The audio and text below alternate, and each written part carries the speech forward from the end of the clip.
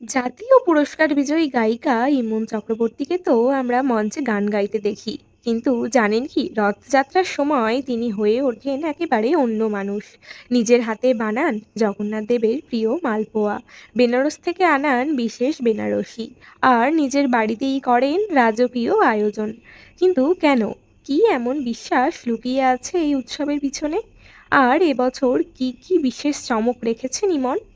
ভিডিওর শেষে জানাবো এমন একটি তথ্য যা অনেকেই জানেন না, তাই ভিডিওটি একদম শেষ পর্যন্ত দেখতে থাকুন।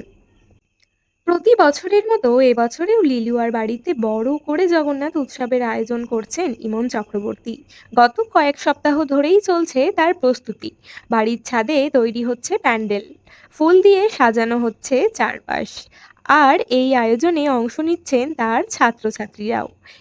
ইমন জানিয়েছেন, তিনি বিশ্বাস করেন এই আয়োজন তিনি নিজের ইচ্ছাই করেন না, বরং ঈশ্বরই তাকে দিয়ে করিয়ে নেন। তাই প্রতি বছর নিজের সামর্থ্য অনুযায়ী ভক্তি ভরে জগন্নাথ দেবের সেবা করেন।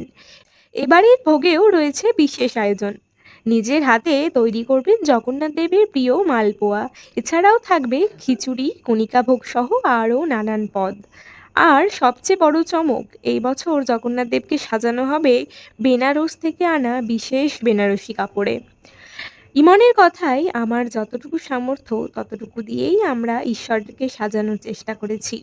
তারকা খ্যাতির বাইরেও ইমন চক্রবর্তীর এই ভক্তি নিষ্ঠা অনেকেরই মন ছুঁয়ে যায়।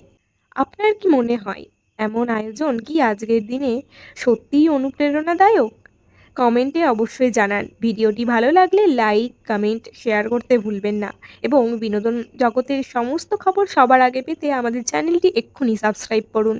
আর যারা ফেসবুক থেকে দেখছেন, অবশ্যই আমাদের চ্যানেলটিকে ফলো করে পাশে থাকুন।